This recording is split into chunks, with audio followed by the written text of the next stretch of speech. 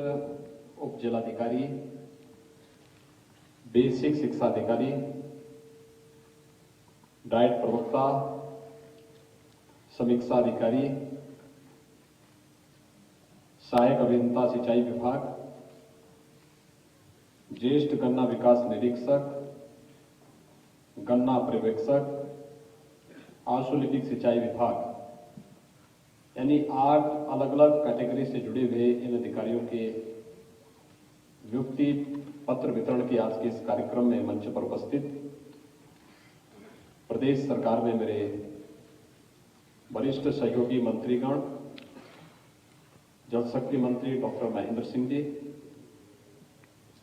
गन्ना और चीनी विकास विभाग के मंत्री श्री सुरेश राणा जी, बेसिक शिक्षा विभाग के मंत्री श्री डॉक्टर सतीश द्विवेदी जी,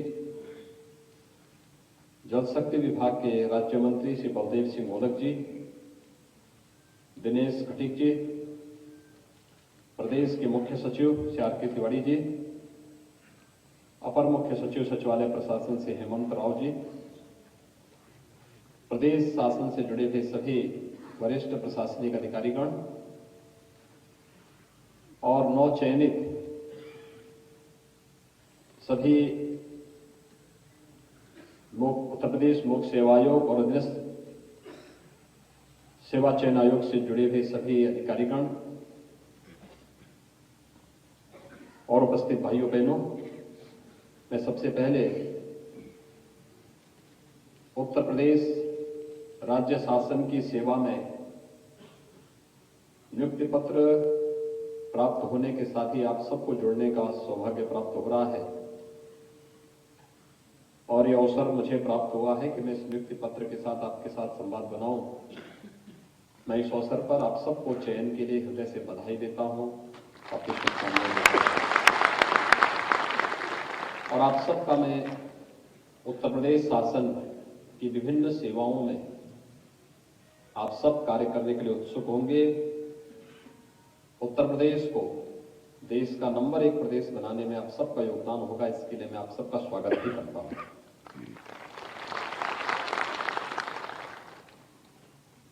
मेरे लिए प्रसन्नता का विषय है कि प्रदेश की हमारी उत्तर प्रदेश की टीम ने पिछले 5 वर्ष के दौरान उत्तर प्रदेश के बारे में देश और दुनिया की जो धारणाएं थी उन धारणाओं को बदलने में अपने परिश्रम से, अपने पुरुषार्थ से उसको बहुत कुछ बदला है। बहुत सारे क्षेत्रों में परिवर्तन ला करके दिखाया है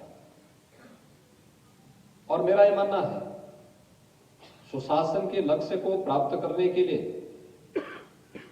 केवल सरकार बदल देने से ही मात्र कार्य नहीं होने वाला है, बल्कि पूरी प्रशासनिक मशीनरी में भी जब तक अच्छे लोगों का चयन नहीं होगा, अच्छे लोगों के चयन, उनके प्रशिक्षण और उनको कार्य करने का एक सकारात्मक माहौल जब तक नहीं मिलेगा, तब तक हम सुशासन के लक्ष्य को प्राप्त नहीं कर सकते।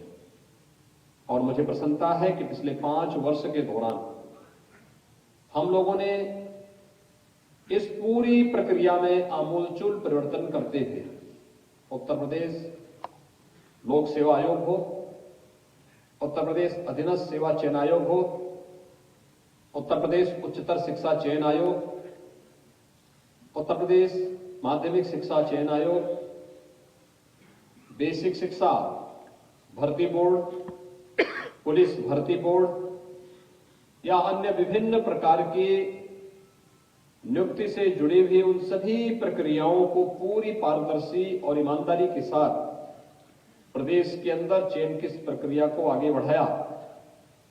न केवल चयन की प्रक्रिया को, बल्कि उतना ही ध्यान चयनित अभ्यर्थियों के प्रशिक्षण को भी ध्यान में रख करके किया गया और फिर चयनित अभ्यर्थियों को एक सकारात्मक माहौल कार्य करने का बिना भय के, बिना राजनीतिक दबाव के, प्रदेश की जनता के हित के लिए जो उत्तर प्रदेश प्रशासनिक प्रशिक्षण संस्थान का ध्येय वाक्य है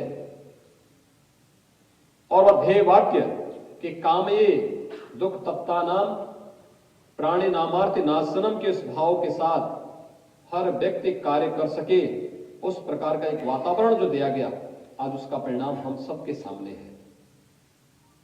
ये वही उत्तर प्रदेश है जिस उत्तर प्रदेश में एक भय का माहौल होता था, अराजकता, दंगा, भर्ती की प्रक्रिया कोई प्रारंभ होती थी तो महाभारत के सभी रिश्ते बाहर आकर के वसूली में निकल पड़ते थे। मुझे याद है 2014-15 में आज हम यहां पर उप जिलाधिकारी के 58 अभ्यर्थियों को नियुक्ति पत्र प्रदान कर रहे हैं और उस समय 86 एसडीएम की नियुक्ति निकली थी। मेरे पास एक सज्जन आए थे, मैंने उनसे पूछा, मैंने कहा लड़का क्या कर रहा है? उन्होंने कहा मेरा लड़के का इस बार एसडीएम में चयन हो जाएगा। मैंने कहा क्या आपका लड़का इतना योग्य है? उन्होंने कहा योग्य नहीं, मैंने 62 लाख रुपए दे दिए हैं। मैंने कहा 62 लाख रुपए में तो दहेज से तो कुछ काम लड़की की शादी लोग करते थे, मैं सुनता था, लेकिन दहेज देकर के नौकरी मिलती हो ये पहली बार मैं सुन रहा हूं। मैंने कहा पैसा किसको आप दिए हैं? कहा साहब लोक सेवा आयोग में सब चल रहा है। और उस समय 42 से लेकर के 62 लाख रुपए, 60 लाख रुपए, 65 लाख रुपए देकर के एसडीएम की नियुक्ति की प्रक्रिया चल रही थी, सीबीआई की इंक्वायरी जिसके भी चल रही है। कितना बदनाम हुआ था उत्तर प्रदेश लोक सेवा आयोग, और कौन सा आयोग ऐसा था उत्तर प्रदेश के अंदर जो बदनाम न हुआ उस काल में? योग्यता को अनादर होता था, या जो योग्य थे भी उनसे भी नियुक्ति के नाम पर पैसा लिया जाता था। ये केवल लोक सेवा आयोग ही नहीं था, उत्तर प्रदेश पुलिस में भी ऐसे होता था, अधीनस्थ सेवा चयन आयोग में भी ऐसे होता था, और नियुक्ति में भी पैसा चलता था, यानी चयन की प्रक्रिया में भी। और फिर जब ट्रांसफर पोस्टिंग उत्तर प्रदेश के अंदर ऐसे होता था जैसे ताश के पत्ते फेंटे जा रहे हो, हर नियुक्ति में पैसा लिया जाता था। आज मैं इस बात को कह सकता हूं, हमें इसके लिए बहुत सख्ती के साथ कदम उठाने पड़े,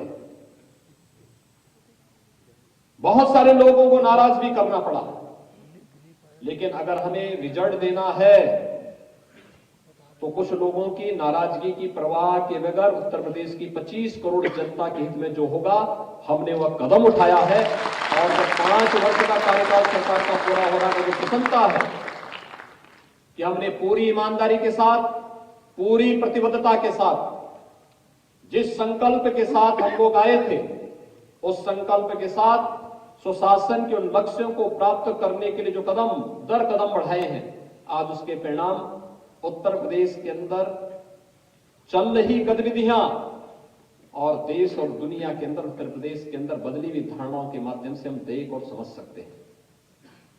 उत्तर प्रदेश आबादी के अनुसार सबसे बड़ा राज्य था, लेकिन इकोनॉमी की बात जब होती थी, उत्तर प्रदेश 6ठे नंबर की इकोनॉमी। आज पिछले 5 वर्ष के दौरान ईमानदारी से कहें तो उत्तर प्रदेश में हम लोगों को 3.25 वर्ष ही काम करने का मौका मिला।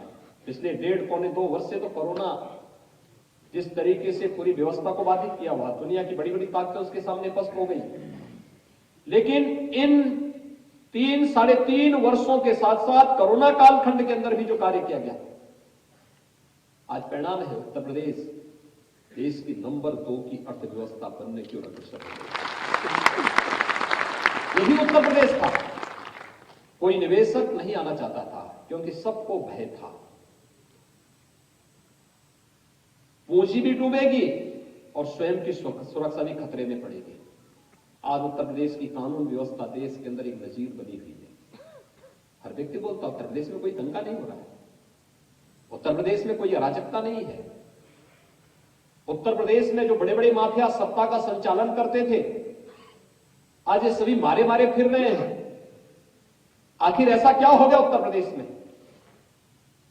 रिफॉर्म किए गए, उस प्रकार की नीतियां बनाई गई, आज परिणाम है उत्तर प्रदेश देश के अंदर ईज ऑफ डूइंग बिजनेस में नंबर 2 में, यानी जो आज से 5 साल पहले नंबर 14 पर था, आज नंबर 2 पर आ गया। यानी कोई भी निवेशक देश और दुनिया का होगा तो वह जब भी निवेश करने का इच्छुक होगा तो देश के अंदर 3 ऐसे राज्यों का चयन करेगा जहां उसको उचित माहौल मिलेगा, सुरक्षा का बेहतर वातावरण मिलेगा, भ्रष्टाचार मुक्त व्यवस्था मिलेगी, वहां वह निवेश करेगा। ये निवेश केवल निवेश नहीं होता है, ये विकास के साथ जुड़ता है, ये रोजगार के साथ जुड़ता है, इकोनॉमी को एक नया बूम देता है, अर्थव्यवस्था तेजी के साथ अग्रसर होती है, आगे बढ़ती है, नए नए अवसर आगे बढ़ते हैं। आज उत्तर प्रदेश के अंदर देश और दुनिया का कोई भी निवेशक की पहली पसंद में से होता है तो टॉप 3 राज्य अगर चयन की प्रक्रिया में होते हैं तो उत्तर प्रदेश उसमें से एक होता है। ये उत्तर प्रदेश की उपलब्धियां हैं जो पिछले 5 वर्ष के अंदर यहां पर की गई। यहां की प्रति व्यक्ति आय में हुई दुगनी वृद्धि, प्रदेश के अंदर ईज ऑफ लिविंग को बेहतर बनाने और भारत सरकार के द्वारा दिए गए पैरामीटर पर जो भारत सरकार की विभिन्न योजनाएं हैं, उत्तर प्रदेश पहले कहां था? किसी भी योजना में, पीएम स्टैंड अप की योजना में, पीएम स्टार्टअप की योजना में, प्रधानमंत्री जीवन सुरक्षा योजना में, प्रधानमंत्री मुद्रा योजना में, प्रधानमंत्री आवास योजना में, प्रधानमंत्री स्वच्छ भारत मिशन में, प्रधानमंत्री आयुष्मान भारत में, प्रधानमंत्री सौभाग्य योजना में, प्रधानमंत्री उज्ज्वला योजना में, ये कोई भी योजना में उत्तर प्रदेश का स्थान 15 के बाद लगता था। 15, 20, 25, 30, 35 और कुछ मत ऐसा होता था तो नंबर सबसे पीछे नंबर पर उत्तर प्रदेश होता था। लोग हंसते थे, कहते थे देश के विकास में बाधक है ये उत्तर प्रदेश। उत्तर प्रदेश की नौकरशाही को लोग देखना नहीं पसंद करते थे। एक समय ऐसा भी आ गया था और ऐसा भी समय आ गया था उत्तर प्रदेश का नौजवान कहीं बाहर जाता था, उत्तर प्रदेश के बाहर, तो उसके सामने पहचान का संकट होता था। कुछ जिले तो ऐसे हो गए थे कि वे लोग होटल में जाते थे, होटल में नाम जनपद का लोग सुनते थे, कहते भैया आपके लिए कमरा नहीं। ये उत्तर प्रदेश की स्थिति थी। लेकिन आज उत्तर प्रदेश ने उन धारणाओं को बदला है। आज आप देश के अंदर, दुनिया के अंदर कहीं जाएंगे, उत्तर प्रदेश के बारे में लोग कहते हैं अच्छा उत्तर प्रदेश से है। एक सम्मान का भाव आपके प्रति जागृत होगा।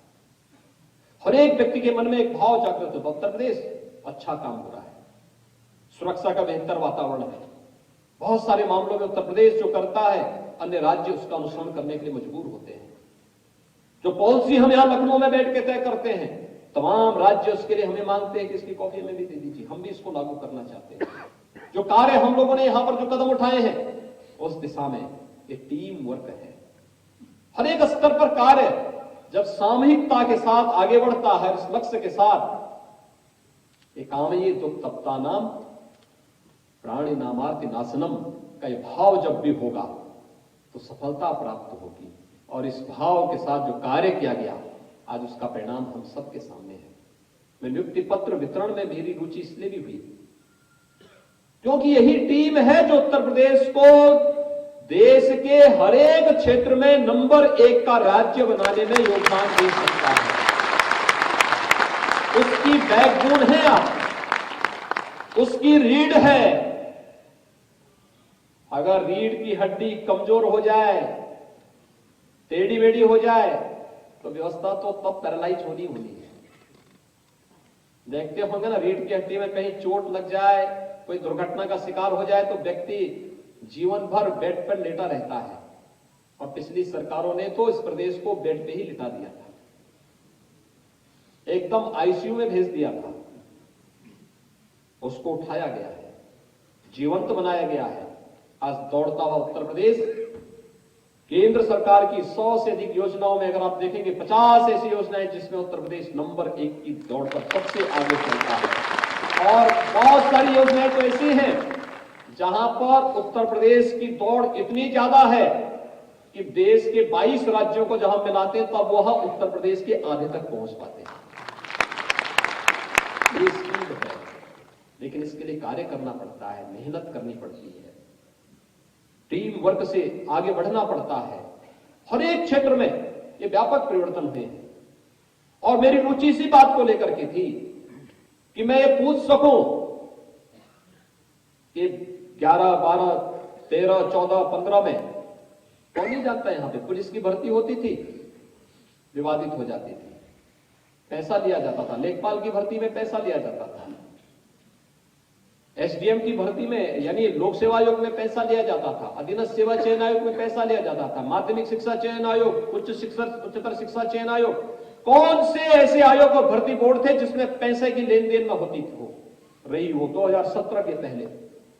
लेकिन 2017 के बाद एक भी प्रक्रिया में जहां कहीं भी हमें लगा कि परीक्षा की व्यवस्था में थोड़ी त्रुटि है, हम लोगों ने उसको स्थगित करके नए सिरे से, जहां लगा कि इस परीक्षा से जुड़े हुए लोग स्वयं संदिग्ध हैं, हमने उनको बहुत शालीनता के साथ वहां से हटाया।